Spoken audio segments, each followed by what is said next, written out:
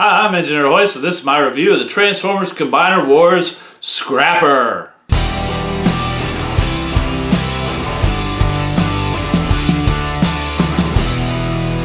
Alright, so here we have Scrapper here in his alternate mode. He's a front end loader, and it's got a working scoop too. You know, he goes up, can't really dump. That's about the closest he can get to dumping. Otherwise, it's pretty articulated. He rolls really well. Looks good. He's got a nice Decepticon symbol here on the top of his cab, and that's about it for the paint apps on here. And other than that, yeah, he's a pretty nice looking vehicle. And so let's do some comparisons. And I just so happen to have G1 Scrapper. Yeah, it's weird how I have this figure in my collection because I have no recollection at all of having him as a youngster, and I have no idea where he came from, but he's in my box with all my old toys, and he's actually quite dirty. Somebody, who, whether it was me or whatever, must have actually used him for construction work in the dirt somewhere. Anyways, so yeah, it's pretty cool. I'm missing a little top piece, and like many well played with figures, he's quite loose in many of his joints, but it's still pretty nice to have that for a comparison for this video. It's the only one that I have. That's why I haven't compared with any of the other ones. But I do have the Make Toys version as well to compare. You can see very similar. You know, it sticks with the same front end loader alt mode. He doesn't have quite the same articulation there. He just lifts and that's it. So Hasbro wins a little bit on the articulation and the alt mode for this one. So there's that. And again, for the Combiner Wars Deluxes, we'll bring in our comparison vehicle, Dead End. As usual, the Constructicon Scrapper is much larger and wider and longer and just bigger all around. So there's that. And so let's go ahead and transform this guy. First thing we'll do, we'll go ahead and move his shovel, and you can just kind of lean it, fold it back like that, and there we go. Flip it up, and it folds pretty nicely, and that actually gives him the little scoop on the back like we're used to seeing. Well, very similar to the way Hook was. We'll go ahead and bring out the fronts of these legs, and I think this is pretty neat. I'm not sure if I've seen this in Transformers before, this set, about how the legs fold down like that. It's pretty neat how the legs just kind of come apart and just fold down on opposite sides of the upper leg. So then we'll go ahead and split this apart. There's a little tab in here, and it doesn't really slide in. It really has to close over. So you want to take, as you're looking at the top of it, the right hand side of it, and just kind of fold it down. And there is a peg right here on the top on either side, and there's this little hole, and it just kind of comes down, and can't really see it, but it pegs in there pretty securely. There's his legs, and then we'll go ahead and bring the arms out, and you see they kind of come out and snap back. Flip out the fists, and last but not least, let's get it up here so we can see it.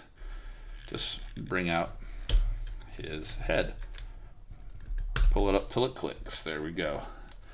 And there is Scrapper, the what I consider the leader of the Decepticons. I'm not sure if that's really been officially stated, but he's the one who always gives the orders to transform into Devastator.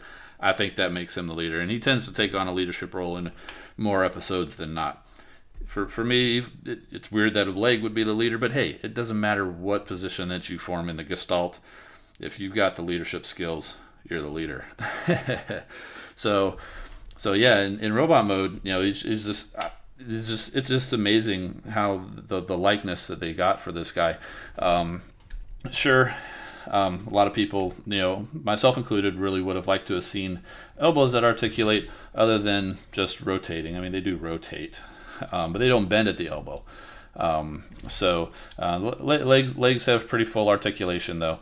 Even if it's got the ankle tilts and no waist rotation. So that's a big thing. I think there's a third-party add-on set coming out so you can have some elbows that rotate. one of the issues the reasons why he doesn't have that is because these are what the gigantic Devastator rests himself on, and so they were worried about stability. Is that true? Don't know. It makes sense though. So there is Scrapper in his robot mode, and let's get to some comparisons. First, we'll go ahead and bring in our G1 Scrapper for comparison. Obviously, he's much smaller than our latest Scrapper, but the likeness is amazing. The head sculpt is actually very close. Even the detailing on the chest matches up with the stickers that are still on here.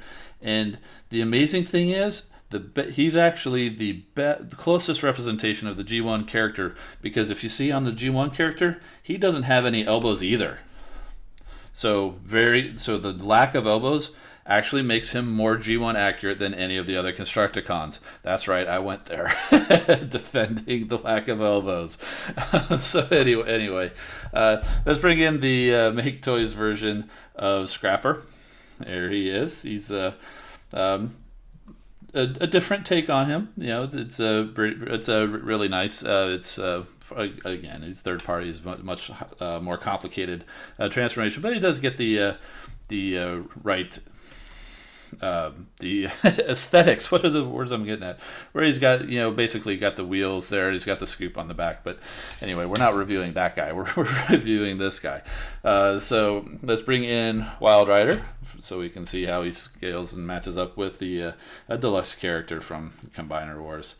And so there we go. So there's Scrapper, the leader of the Constructicons, at least in my opinion. And that's 5 down, 1 to go. Next up is Long Haul. We'll be getting to him tomorrow.